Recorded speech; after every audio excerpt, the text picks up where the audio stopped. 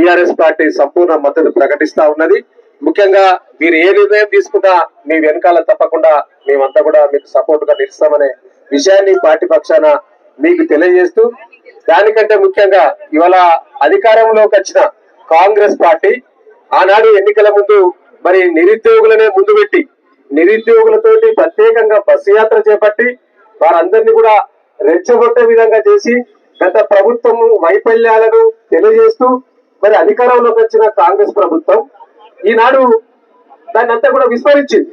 ఇవాళ అసలు నిరుద్యోగులను ఇట్లాంటి ధర్నాలు చేస్తే, ఇట్లాంటి కార్యాచరణకు పూనుకుంటే వాళ్ళని బెదిరించడం కానీ, లేకపోతే వాట్సాప్లలోకి వెళ్ళి డిలీట్ చేయడం కానీ, ఈ అశోక్ నగర్ లో ఏం జరుగుతున్నది, కోచింగ్ సెంటర్ లో ఏం జరుగుతున్నది, ఎవరెవరు దీని ముందుంటారని చెప్పి వాళ్ళని టార్గెట్ చేస్తూ ఇంటెలిజెన్స్ వాళ్ళతోటి వాళ్ళను ఎంబడి పెట్టిస్తూ ఇబ్బందులకు గురి చేస్తున్న సందర్భం ఈ ప్రభుత్వం చేస్తా ఉన్నది.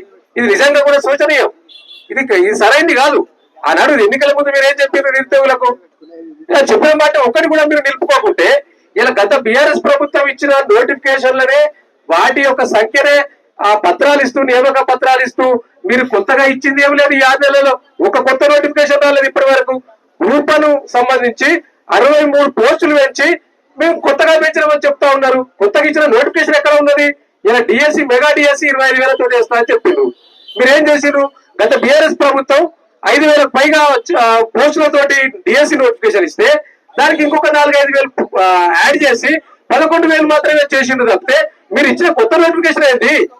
కాబట్టి ఇలా కాంగ్రెస్ ప్రభుత్వంలో నిరుద్యోగులను రెచ్చగొట్టిన నాయకులు వారు మాత్రం ఉద్యోగాలు సంపాదించుకున్నారు కానీ ఇలా నిరుద్యోగుల పక్షాన మాట్లాడే సందర్భం లేదు.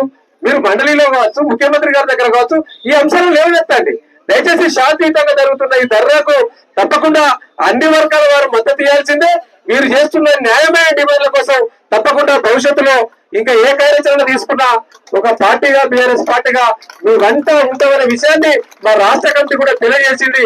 అందుకే పార్టీ పక్షాన నేను, వాసుదేవరెడ్డి, అదేవిధంగా మా మిత్రులు గెల్లు శ్రీనివాస్ గారు కూడా రావడం జరిగిందనే విషయాన్ని మీ అందరికీ తెలియజేసుకుంటూ మీకు పేరు